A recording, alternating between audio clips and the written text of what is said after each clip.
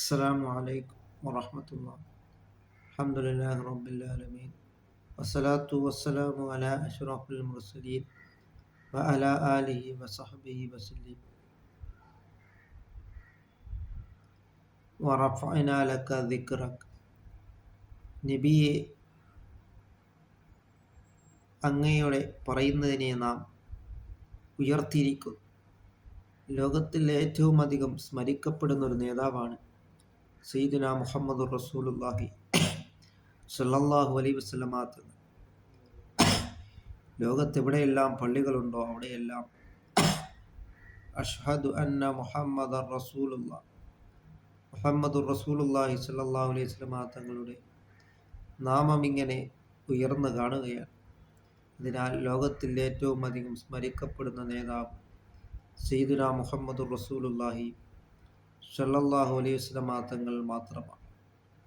ഒരു പ്രതിമയില്ലാതെ, ഒരു പ്രതിഷ്ഠയില്ലാതെ ഇന്നും അനേകം ആൾക്കാരുടെ ഇടയിൽ വളരെയധികം സ്ഥാനമുള്ള ഒരു നേതാവാണ് സയ്യിദുനാ മുഹമ്മദുർ റസൂലുള്ളാഹി സ്വല്ലല്ലാഹു അലൈഹി വസല്ലമ തങ്ങൾ. അതിനാൽ വിശുദ്ധ ഖുർആൻ തന്നെ നബി സല്ലല്ലാഹു അലൈഹി വസല്ലമ തങ്ങളുടെ പേരിലാണ് ഇറക്കപ്പെട്ടിട്ടുള്ളത്. അത് അറബി ഭാഷയിലാണ് അല്ലാഹു തആല ഇറക്കപ്പെട്ടിട്ടുള്ളത്. അതിനാൽ പുണ്യ നബി സല്ലല്ലാഹു അലൈഹി വസല്ലമ തങ്ങളെ നാം കൂടുതൽ മഹബത്ത് വെക്കുവാനും സ്നേഹിക്കുവാനും നാം ശ്രമിക്കുകയും മഹാനായ ഉമർ ഖാദി റളിയല്ലാഹു തആല അൻഹു നബി സല്ലല്ലാഹു അലൈഹി വസല്ലമ തങ്ങളുടെ റൗള ഷരീഫിൽ പോയി മദ്ഹ് കാവ്യം പാടിയപ്പോൾ അങ്ങനെ റൗള ഷരീഫ് തന്നെ തുറന്നു വന്നതായ അത്ഭുത കറാമത്ത് കാണിച്ച വ്യക്തിത്വത്തിൻ്റെ ഉടമയായിരുന്നു.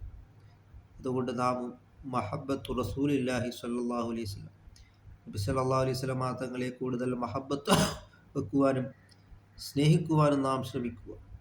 നബി സല്ലല്ലാഹു അലൈഹി വസല്ലമ തങ്ങളോടൊപ്പം നാളെ ജന്നാത്തുൽ ഫിർദൗസ് അല്ലാഹു തആല നമ്മളെ ഉൾപ്പെടുത്തുകയും ചെയ്യുമാറാകട്ടെ.